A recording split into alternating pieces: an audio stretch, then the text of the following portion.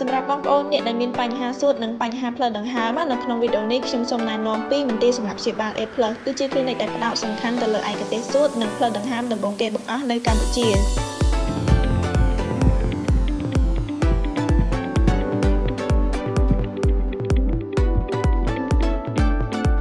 មានក្រុមវិជ្ជាបណ្ឌិតដែលមានឯកទេសនិងបទពិសោធន៍ច្បាស់លាស់ដែលបានបញ្ចប់ការសិក្សាទាំងក្នុងប្រទេសនិងក្រៅប្រទេសផងដែរហើយមិនតែប៉ុណ្ណោះមន្ទីរសម្រាប់ព្យាបាល A+ នេះគឺយើងមានបន្ទប់ស្តង់ដារអនាម័យខ្ពស់និងផាសុកភាពខ្ពស់ clinic នេះមានវគ្គទៅដោយគ្រឿងបរិក្ខារនិងឧបករណ៍ទំនើបព្រមទាំងសម្ភារៈគ្រប់គ្រាន់នៅក្នុងការព្យាបាលក៏ដូចជាថែទាំដល់អ្នកជំងឺផងដែរហើយនៅក្នុងនោះមន្ទីរសម្រាប់ព្យាបាល A+ គឺយើងមានបែងចែកបន្ទប់ផ្សេងគ្នាជាច្រើនដូចជាបន្ទប់សង្គ្រោះបន្ទាន់បន្ទប់ថែទាំអ្នកជំងឺកម្រិតធ្ងន់កម្រិតស្រាលបន្ទប់រៀបការបន្ទប់ឆ្លងទងសួតបន្ទប់ថតការដាក់ស្បែកអីជាដើមដែលយើងមានបំពាក់ទៅដោយឧបករណ៍ទំនើបព្រមទាំងគ្រឿងបរិក្ខារគ្រប់គ្រាន់ផងដែរប៉ុន្តែប៉ុណ្ណោះមន្ទីរសម្រាប់ព្យាបាល A+ គឺយើងមានសេវាកម្មជាច្រើនផ្សេងគ្នាដូចជាសេវាកម្មសង្គ្រោះបន្ទាន់និងថែទាំអ្នកជំងឺសេវាកម្មរថយន្តសង្គ្រោះបន្ទាន់សេវាកម្មព្យាបាលតាមផ្ទះដូចជាថែទាំអ្នកជំងឺដំណាក់កាលចុងក្រោយនិងអ្នកជំងឺដំណាក់កាលកម្រិតធ្ងន់ធ្ងរសេវាកម្មវះកាត់ដោយប្រើប្រាស់ឧបករណ៍ទំនើប